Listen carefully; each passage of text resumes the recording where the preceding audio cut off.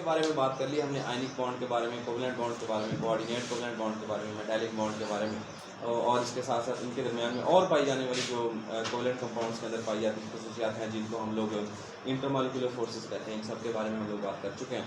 आज हम लोग जो है वो इन कंपाउंड्स के अंदर जो ये बॉन्ड्स खास किस्म की खसूसियात वाबस्ता करते हैं या देते हैं, उन खसूसियात की बात करेंगे या उनकी बात करेंगे। सबसे पहले आयोनिक बॉन्ड की बात करते हैं।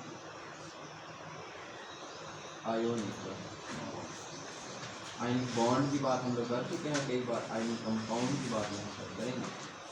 आयनिक कंपाउंड कहते हैं हर उस कंपाउंड जिसके अंदर आयनिक बॉन्ड पाया, आयनिक बॉन्ड पाया जाए उसको हम लोग क्या कहते हैं, आयनिक कंपाउंड। सीधी सी बात है, सीधी सी सिंपल डेफिनेशन है। अच्छा, आयनिक कंपाउंड जो बनते हैं वो आयनिक बॉन्ड्स की वजह से बनते हैं। इसका मतलब ये है कि ये जो आयनिक कंपाउंड होते हैं इनमें आयनिक बॉन्ड पाया जाता है। ये अंडरस्टूड बात होगी, पहली बात क्लियर होगी। अब जो आयनिक बॉन्ड पाया जाएगा, आयनिक बॉन्ड बनता आयन्स की वजह से है या इलेक्ट्रॉन्स की मुकम्मल मुंतकली की वजह से, ट्रांसफर ऑफ इलेक्ट्रॉन की वजह से बनता है या इलेक्ट्रॉन्स की मुंतकली की वजह से बनता है, ये बात हम कर चुके हैं। अच्छा जी, अब आयनिक कंपाउंड्स की खसूसियात की बात करेंगे तो सबसे पहली खसूसियत ये होती है कि जो आयनिक कंपाउंड्स होते हैं ये आम हालात में, ये आम हालत में जो है वो क्या होते हैं, ठोस होते हैं। आम हालत में ठोस होते हैं। ठोस क्यों होते हैं? क्योंकि इनके दरमियान बहुत ज़्यादा कशिश की क़ुव्वतें मौजूद होती हैं, मजबूत इलेक्ट्रोस्टैटिक फोर्स की वजह से क्या होती है, ये आम हालात में ठोस होती है। आम हालात में ठोस होती है। मिसाल के तौर पर यहाँ कुछ एग्जांपल अगर हम लोग कर लें, कुछ एग्जांपल्स कर लेते हैं। सबसे पहले सोडियम क्लोराइड की बात कर लेते हैं। ये जो हम लोग घर में नमक खाते हैं, सोडियम क्लोराइड है, इसका फार्मूला जो होता है वो NaCl होता है। सोडियम क्लोराइड है, मैग्नीशियम क्लोराइड है, कैल्शियम ब्रोमाइड की बात कर लेते हैं, जिंक ब्रोमाइड की बात करते हैं, Zn-Br2। ये जो होते हैं ये क्या होते हैं, आमतौर पर ठोस हालत में होते हैं, सॉलिड होते हैं, मजबूत होते हैं। ठीक है। और अगर एग्जांपल करें हम लोग यहाँ पर तो KMnO4 की बात कर लेते हैं, पोटाशियम परमैंगनेट की बात कर लेते हैं, पोटाशियम परमैंगनेट की बात कर लेते हैं। पोटाशियम परमैंगनेट जो रहते हैं ये भी बहुत सॉलिड होता है। ये सारे जो होते हैं आम हालत में ठोस हालत में होते हैं। किस हालत में होते हैं? ठोस हालत में होते हैं। और इनके दरमियान जो मजबूत फोर्सेस पाई जाती हैं, आयनिक फोर्सेस, इन फोर्सेस की वजह से क्या होता है, इनको आसानी से तोड़ा नहीं जा सकता, इनको आसानी से तोड़ा नहीं जा सकता या इनको आसान इनके सादा मुरक्कबात में तब्दील नहीं किया जा सकता। यहाँ पर दो ऐसे हम दूसरी खसूसियत इसकी करते हैं कि ये जो होते हैं ये बिजली और हरारत के नॉन कंडक्टर, बिजली और हरारत के नॉन कंडक्टर कहते हैं ऐसी चीज़ को जिसमें से बिजली या हरारत ना गुजर सके, उसको हम कहते हैं नॉन कंडक्टर। जब ये आम हालत में होंगे तो आम हालत में अपने अंदर से बिजली और हरारत को नहीं गुजर। आप नमक ले लें, नमक को चूल्हे के ऊपर रख दें, चूल्हे के ऊपर पड़ा रहेगा नमक, लेकिन वो क्या करेगा अपने अंदर से, या उसके साथ उसके चूनियाँ लगा दें आप लोग, बैटरी की या बिजली की लगा दें तारें, उसमें से बिजली नहीं गुजरेगी, क्योंकि या हीट उसमें से कंडक्ट नहीं होगी। आमतौर पर हीट जो प्लस को एग्जर्ट करता है तो क्या कहता है, बिजली को गुजरने नहीं देते। लेकिन अगर हम क्या करें, अगर हम नमक का जो है वो सोल्यूशन बना लेते हैं पानी के अंदर, क्या करें, नमक जो है उसको पानी में हल कर लें, पानी में हल कर लें, पानी और नमक का जो हमारे पास महलूल या सोल्यूशन बन चुका है, अब इस सोल्यूशन के अंदर आप तारे लगाएंगे तो इसमें से बिजली गुजर जाएगी, इसमें से बिजली गुजर जाएगी। एक और हालत है, उसमें क्या होता है, जब हम सोडियम क्लोराइड को गर्म करें, इतना ज़्यादा गर्म करें कि ये बिल्कुल मेल्ट कर जाए, जैसे मोमबत्ती होती है वो उसका मोम जो होता है वो मेल्ट कर जाता है, वो कम दर्जा हरारत पर मेल्ट करता है।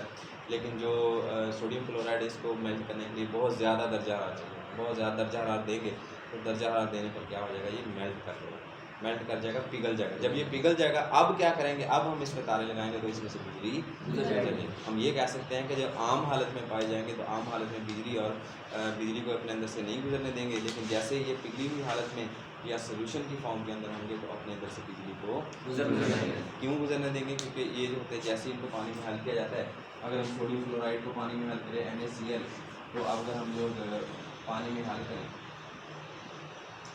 ठीक है जी, पानी के अंदर इसको हल करें तो ये Na पॉजिटिव में तब्दील हो जाएगा और Cl नेगेटिव में, दोनों आयंस में तब्दील हो जाएगा। यही आयंस जो होते हैं ये क्या करते हैं, बाद में बड़े हेल्पफुल होते हैं, बड़े फ़ायदेमंद होते हैं। आइन से की मदद से जो होता है वो क्या होता है, बिजली इनमें से गुजर जाती है। चार्जेस के फ़र्क की वजह से क्या होती है, बिजली इनमें से गुजर जाती है। ठीक है, यहाँ तक समझ आ गई।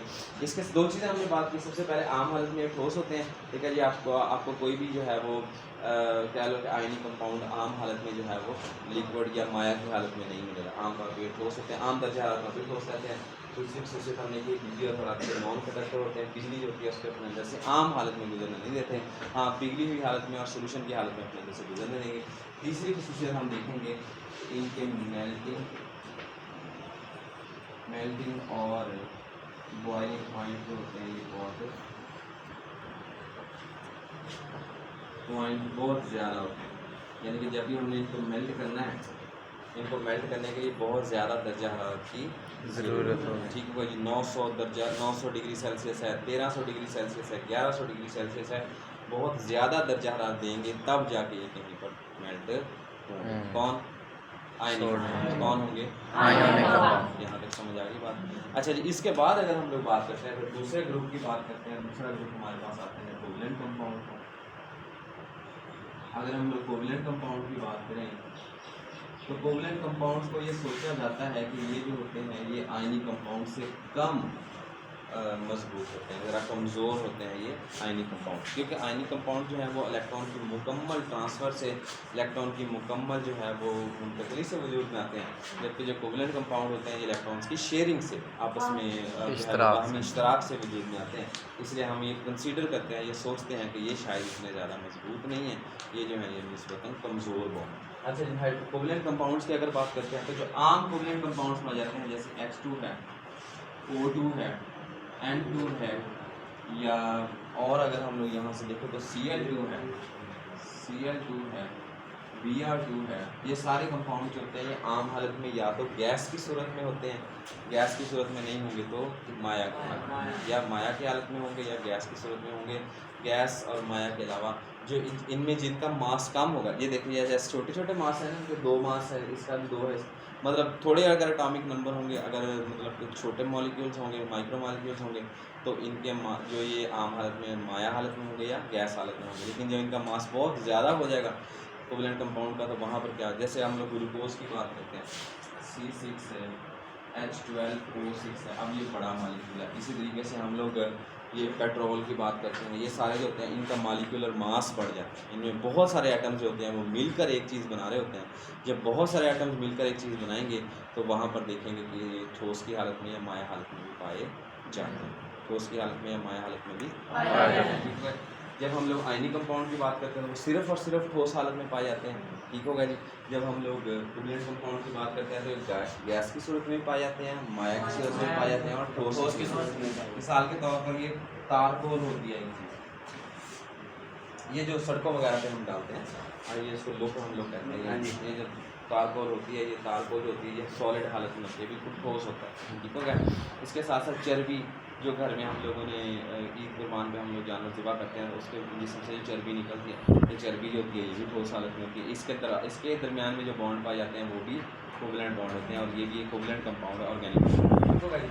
तो ये तारकोल है या चर्बी है, ये हमारे पास ठोस हालत में। हम कह सकते हैं कि जो कोवलेंट कंपाउंड है ये गैसी हालत में भी पाए जाते हैं, ये ठोस की हालत में पाए जाते हैं, और माया की हालत में पाए जाते हैं। मिसाल के तौर पर हम वाटर की बात करते हैं, पानी जो है ये माया की हालत में पाया जाता है। पानी के दरमियान जो बॉन्ड पाए जाते हैं वो भी कोवलेंट बॉन्ड पाए जाते हैं, और इस कंपाउंड को कोवलेंट कंपाउंड।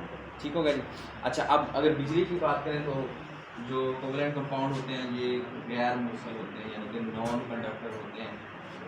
नॉन कंडक्टर होते हैं, ये किसी भी हालत में बिजली को अपने अंदर से गुजरने नहीं देते, ना सोल्यूशन की हालत में, ना मोल्टन पिघली हुई हालत में, ना सोल्यूशन की हालत में, कभी भी अपने अंदर से बिजली को गुजरने नहीं देते। यहाँ तक समझ आ गई बात। गैर मुसल होते हैं, इसलिए ये जो प्लास्टिक वगैरह होती है या पाइप, ये हमारा होता है, इसको तारों वगैरह के ऊपर लगाया जाता है ताकि इसमें से बिजली जो है वो क्रॉस होकर आपको ना लगे। ये जितनी भी तारें होती हैं इनके ऊपर प्लास्टिक या रबड़ इसलिए चढ़ाया जाता है क्योंकि रबड़ और प्लास्टिक जो होते हैं ये कोवलेंट कंपाउंड होते हैं, और ये बिजली को गुजरने नहीं देते। इसलिए क्या होता है, ये आपको बिजली नहीं पड़ेगी। नॉन कंडक्टर होते हैं बिजली और हरारत के।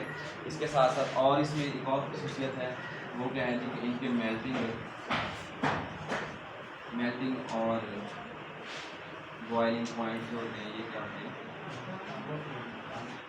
बॉइलिंग पॉइंट इनके कम होते हैं, क्योंकि इनके दरमियान जो बॉन्डिंग होती है वो कमज़ोर होती है। आयनिक कंपाउंड इतनी मजबूत बॉन्डिंग नहीं होती है, इसलिए क्या होता है इनके ये जल्दी मेल्ट कर जाते हैं, जल्दी बॉयल हो जाते हैं। ठीक हो गया जी, ये हमारे पास हो गया। इसके मुकाबले में कम होता है आयनिक कंपाउंड। यहाँ पर तीसरा बॉन्ड हम लोग बात करेंगे, वो है हमारे पास मेटैलिक बॉन्ड। अगर हम लोग मेटैलिक बॉन्ड की बात करते हैं, मेटैलिक कंपाउंड की बात करते हैं, तो मेटैलिक कंपाउंड जो होते हैं, मेटैलिक कंपाउंड्स हम कह सकते हैं कि इनकी खसूसियात जो होती हैं ये ना आयनिक कंपाउंड जैसी होती है ना कोवलेंट कंपाउंड जैसी। सबसे पहली बात है मेटैलिक बॉन्ड की, जब हम लोगों ने बात की थी परसों, तो उसके अंदर हमने ये बात कही थी कि उसके अंदर फ्री इलेक्ट्रॉन पूल पाया जाता है। ये बात की थी हमने, फ्री इलेक्ट्रॉन पूल कहते हैं इसको, है कि इसके मालिक्यूल्स या इसके जो एटम्स होते हैं वो बहुत ज़्यादा क्लोजली एक दूसरे के साथ धंसे हुए होते हैं। इनके इस धंसने की वजह से क्या होता है, जो इलेक्ट्रॉन्स होते हैं वो फ्री हो जाते हैं। जो बैरूनी मदार में, आखिरी मदार में या आखिरी से पिछले मदार में इलेक्ट्रॉन्स पाए जाते हैं वो बिल्कुल ही फ्री हो जाते हैं। वो फ्री होकर आज़ादाना गर्दिश कर रहे होते हैं, आवारागर्दी कर रहे होते हैं, जिनको हल्की सी हीट या हल्की सी जो है वो हम कह सकते हैं कि जो है वो इलेक्ट्रिसिटी लगेगी, बिजली लगेगी, तो ये एक जगह से दूसरी जगह ट्रांसफ़र हो जाएगी। कौन? बिजली और हवा। ठीक हो गया। अच्छा जी, यहाँ पर उनकी बात करते हैं, जब हम लोग मेटैलिक कंपाउंड्स की बात करते हैं तो ये तकरीबन सारे के सारे ठोस हालत में पाए जाते हैं, ठोस हालत में पाए जाते हैं। बस सिर्फ मरकरी जो होती है, मरकरी एक ऐसी मेटल है जो माया, बाकी सारी की सारी जो हमारे पास मेटल्स हैं या मेटैलिक कंपाउंड्स हैं वो आम हालात में ठोस की शक्ल में पाए जाते हैं। यहाँ तक समझ आ गई बात। अच्छा जी, अब इसके बाद बिजली की बात करते हैं। इनकी बात की थी हमने कि ये आम हालत में जो है वो गुजरने नहीं देते, सिर्फ सोल्यूशन की हालत में या पिघली हुई हालत में, पिघली या सोल्यूशन की हालत में अपने अंदर से गुजरने देंगे। और ये जो होते हैं ये तो बिल्कुल भी नहीं गुजरने देते, ना पिघली हुई हालत में ना सोल्यूशन की हालत में। मेटैलिक कंपाउंड जो होते हैं आमतौर पर ठोस हालत में होते हैं, और सिर्फ मरकरी होती है ये माया हालत में होती है। जब हम इसकी बिजली और हरारत की बात करते हैं तो ये कंडक्टर होते हैं, ये मूसर होते हैं, ये अपने अंदर से बिजली और हरारत को गुजरने देते हैं। और इसकी मिकदार मुख्तलिफ हो सकती है। मिसाल के तौर पर सिल्वर है, सिल्वर जो अपने अंदर से गुजरने देता है उसकी मिकदार कम होती है। अगर हम लोग कॉपर की बात करते हैं, तांबे की बात करते हैं, तो तांबा बहुत ज़्यादा मिकदार में गुजरने देता है। सोने की बात करते हैं, सोना भी बहुत ज़्यादा मिकदार में गुजरने देता है, लेकिन सोना है बहुत ज़्यादा महंगा, तो इसलिए यहाँ पर उसको यूटिलाइज़ नहीं किया जाता। तांबा जो है वो निस्बतन ठीक है, और इसमें से इसकी जो इलेक्ट्रिक कंडक्टिविटी है या मिकदार है, सलाहियत है बिजली गुजारने की, वो काफ़ी हद तक बेहतर होती है, काफ़ी हद तक बेहतर होती है। जब हम लोग मेटैलिक कंपाउंड्स की बात करते हैं तो इसके अंदर एक बड़ी ज़रूरी चीज़ है, अच्छा मेल्टिंग और बॉइलिंग पॉइंट जो मेटल होती है ये भी काफ़ी ज़्यादा मतलब मेल्टिंग पॉइंट होता है। इसका भी जो है वो आयनिक कंपाउंड की तरह काफ़ी ज़्यादा मेल्टिंग पॉइंट होता है, काफ़ी देर लगती है मेटल को मेल्ट होने में। लेकिन इसका जो हम ऐसे कह सकते हैं कि इसका जो मेल्टिंग और बॉइलिंग पॉइंट है वो इससे ज़्यादा होता है, इससे कम होता है। इसके लिए तो 1000 या 900 डिग्री सेल्सियस चाहिए ना, इसके लिए इतना नहीं चाहिए। कुछ 100 में, 200 में, 300 में ये जो है मेल्ट हो जाती है metal, most of the metal. जबकि जो कोवलेंट कंपाउंड है ये तो 50-60 के करीब जो ही गए साथ ही मेल्ट होना शुरू हुआ। ठीक हो गया। तो मेटैलिक कंपाउंड की जो मेल्टिंग और बॉइलिंग पॉइंट है ये दरमियान में होते हैं, इन दोनों आयनिक और कोवलेंट कंपाउंड के दरमियान में होते हैं, मेल्टिंग और बॉइलिंग। ठीक होगा, ये होगी बात। मेल्टिंग पॉइंट ही रहने देंगे, बॉइलिंग पॉइंट का तस्करा नहीं करेंगे क्योंकि ज़्यादातर देर ठोस हालत में होता है। ठीक होगा। अच्छा जी, अब हम लोग अगली बात मेल्टिंग पॉइंट हो गया। अच्छा, अगली बात हम लोग यहाँ पर करेंगे, दो खसूसियात ऐसी हैं जो मेटैलिक कंपाउंड के साथ मखसूस हैं। मेटैलिक कंपाउंड के साथ मखसूस है दो ऐसी खसूसियात। एक खसूसियत को हम लोग जो है वो मेलिबिलिटी कहते हैं या मेलेबल कहते हैं। मेलेबल हर वो चीज़ होती है जिसको कूट कर शीट की सूरत में बनाया जा सके, इसको कूटा जाए और कूट कर उसकी चादरें बनाई जा सके। जैसे हम लोग ये देखते हैं ये जो ट्रंक वगैरह हम लोग बनाते हैं, इसकी चादरें होती हैं ना, चादरें जो हैं, या जो दरवाजे वगैरह बनते हैं उसकी चादरें होती हैं, लोहे की चादरें जो होती हैं जिसकी चादर जिनको कहते हैं, तो ये चादरें वगैरह बनाई जा सकती हैं। ये मेलेबिलिटी कहलाती है। इसके मुकाबले में दूसरी खसूसियत होती है, इसको डक्टिलिटी कहते हैं, ये डक्टाइल कहते हैं। मेलेबल कहते हैं किसी भी चीज़ को कूटा जाए और कूट कर प्रेस कर करके उसकी सीधी लंबी शीट बना ली है या चादरें बना ली है, ये मेलेबिलिटी, ये खसूसियत मेलेबिलिटी कहलाती है। और हर वो चीज़ जिसको कूट कर उसकी चादरें बनाई जा सकें उसको मेलेबल कंपाउंड कहते हैं। Malleable compound. अगला है हमारे पास डक्टाइल। जब अगर हम लोग डक्टाइल की बात करते हैं तो डक्टाइल हर उस चीज़ को कहते हैं जिसको खींच कर जिसकी लंबी लंबी तारें बनाई जा सकें, खींच कर लंबी लंबी तारें बनाई जा सकें, उसको जो है वो डक्टाइल कहते हैं। और इस खसूसियत को जो है वो डक्टिलिटी कहते हैं। क्या कहते हैं? डक्टिलिटी। मेलिबिलिटी और डक्टिलिटी ये खसूसियात सिर्फ़ और सिर्फ मंसूब हैं मेटालिक कंपाउंड के साथ। मेटालिक कंपाउंड के अलावा किसी और कंपाउंड, आयनिक और कोवलेंट कंपाउंड में नहीं। ये दोनों खसूसियात नहीं पाई जाती हैं। ना उनमें मेलेबिलिटी पाई जाती है, ना डक्टिलिटी। ये शॉर्ट क्वेश्चन सबसे इंपॉर्टेंट है और लाजमी तौर पर ये पेपर में आता है। मेलेबिलिटी और डक्टिलिटी, मेलेबल और डक्टाइल, ये दोनों खसूसियात किस में पाई जाती हैं? Metallic compound. तो दोबारा से एक खसूसियात सुन लें। मेलेबिलिटी कहते हैं कि हर वो चीज़ जिसको कूट कर उसकी लंबी लंबी या जो है वो बारीक बारीक चादरें बनाई जा सके और उन चादरों को मुख्तलिफ कामों में इस्तेमाल किया जा सके। जैसे जो है वो पेटियाँ या ट्रंक बनाने के लिए चादर लगाई जाती है, ठीक हो गया, वो चादर होगी। दरवाजे को चादर लगाई जाती है, दरवाजे की जो शीट होती है उस शीट को जो वो भी लोहे की शीट होती है, तो ये कूट कूट कर अगर उसकी शीट बनाई जा सके तो इसको कहते हैं मेलेबिलिटी।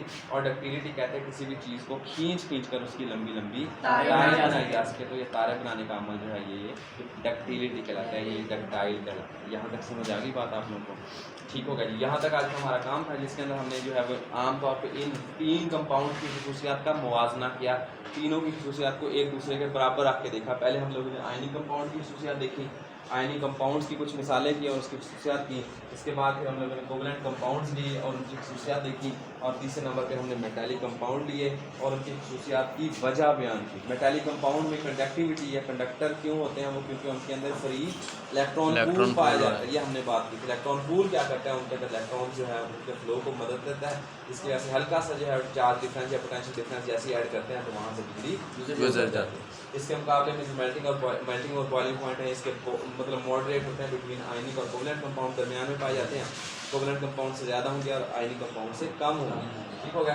जबकि इनकी मेलेबिलिटी और डक्टिलिटी के बारे में भी बात हो चुकी है। पोलर और नॉन पोलर के बारे में जो है वो परसों काफ़ी तफसील के साथ बात हो चुकी थी। यहाँ पर तीसरे कंपाउंड जो हैं पोलर और नॉन पोलर हैं। यहाँ तक आज का काम है, इसको एक बार पढ़ लें और अगर ये वीडियो आप लोग जो है वो समझना चाहते हैं दोबारा से तो इसको दोबारा रिपीट करके देखें। ठीक है जी, देखिएगा ज़रा जल्दी जल्दी।